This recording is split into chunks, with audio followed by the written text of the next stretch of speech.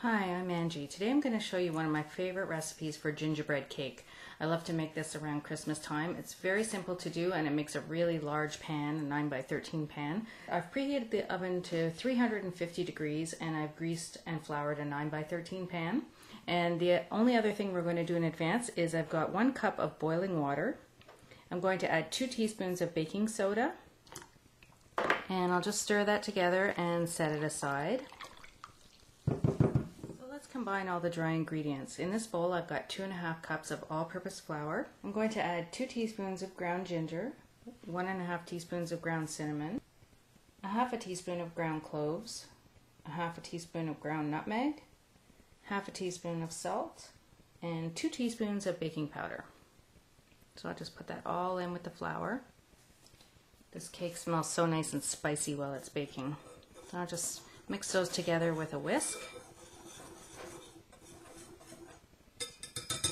And I'll set that aside too. Okay, in the bowl of my electric mixer, I'm going to add 1/2 cup of butter. That's 1 stick.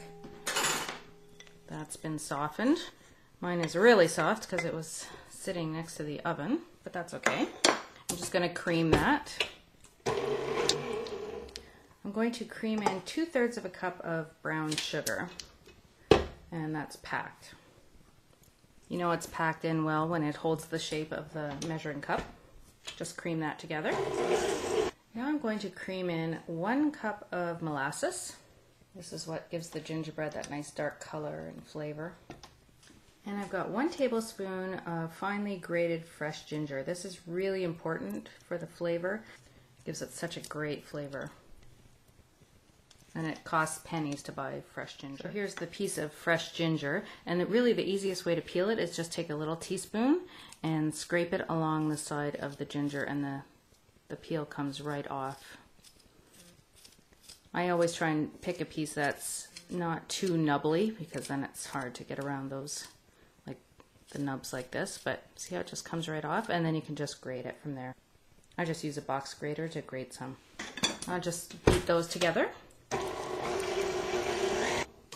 You probably want to scrape down the sides of the bowl. Make sure it's all really combined well. Now I'm going to beat in the boiling water and baking soda mixture.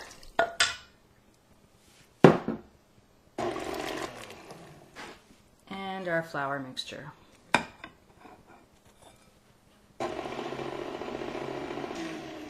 And I've got 2 large eggs that are lightly beaten. I'll just mix those in, and that's everything. So you just want to beat it till it's well combined. Scrape down the sides of the bowl. We're going to bake this in our 9 by 13 pan until a toothpick comes out clean, which is about 30 to 35 minutes. So it's a very simple recipe to make, and it's so good. Just pour the batter right into the pan. Smooth it out, and I'll pop this in the oven for about ½ an hour, and I'll show it to you when it's done.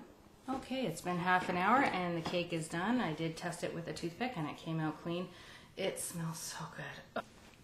So you just want to let it cool in the pan on a rack and then cut it into squares. I like to dust icing sugar on top of each piece. So thanks for watching, and I hope you try some gingerbread cake.